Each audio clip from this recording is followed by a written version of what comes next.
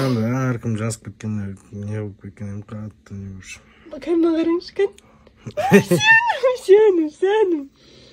Жылап қалып, құдай кімнің күйеуі бол.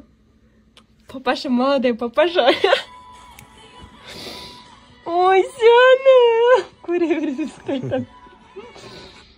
Маған қарап жүрген олдарыңыз деген қазір. Прям вниманием бөліп төгіп отыр ғой, үйіп төгіп. Жыламаң жан. Берца босанғанды жылайсың. Қуаныштан, конечно. Құттықтауларыңызға өте қатты қуаныштымын. Шынымен осы уақытқа дейін енді бәріңіз байқап жүрсіздер ғой, то что мендегі қазіргі токсикоз оңай болып жатқан жоқ, өте қиын өтіп жатыр енді. Аллах тағалам бұйырса жеңілдігін берер. Және де бұйырса ертең менің Ассалаумағалейкум, қайырлы кеш, қалайсыздар достар? Бүгін сторисқа шыққан жоқпын, өйткені сол соңғы салған сторисін бүгін біз жаңалықпен бөлісеміз деген стористі барлығы көрсін, күткендер, естігіз келгендер, бізге неше түрлі әңгіме айтқандар барлығы көрсін дедім. Және де Аллаға шүкір, әуелі Алла, одан кейін әке шешеміз аман болсын. Шүкір Аллаға. Бұйыртса әке боламын достар. Алла қаласа, мы ждем чудо деймін. Сол рилсті салдым.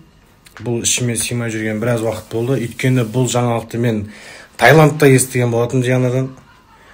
Да, ну, серьезно ма, еркекше ма деп жаңағыдай эмоция осындай достар. Негізі біз Таиландқа ұшқан кезде, короче, сөйақта Паттаяда, короче, фейерверк шоу отқан, артымызда салюттар атылатын, короче, қымбат, анығы неше миллиондарға атылып отқан салюттар, короче. И сол моменттерде, короче, жаңа шамнесі бірден айтам дейді. Осылай, да, деп қоясын, өзіңге еще градуспен, енді, мен андай блогер, өзімді пипес блогерін есептемеймін де, андаймын да, мен өзімнің оқырмандарыммен ашық сөйлесе беремін. Шыны керек, ол кезде сәл қызып ағамыз бар еді. Шетелде демалып жүріп қой, енді ана момент айтады, эмоция деген зашкали, ұрып тұр прям. Ішіңе сыймай, жылава, көзін бейт сырт қойып, деп қоясын ол көз жасты. Көптен күткен осы жаңалығымыз достар. Бізде асықпадық, Аллада асықпады.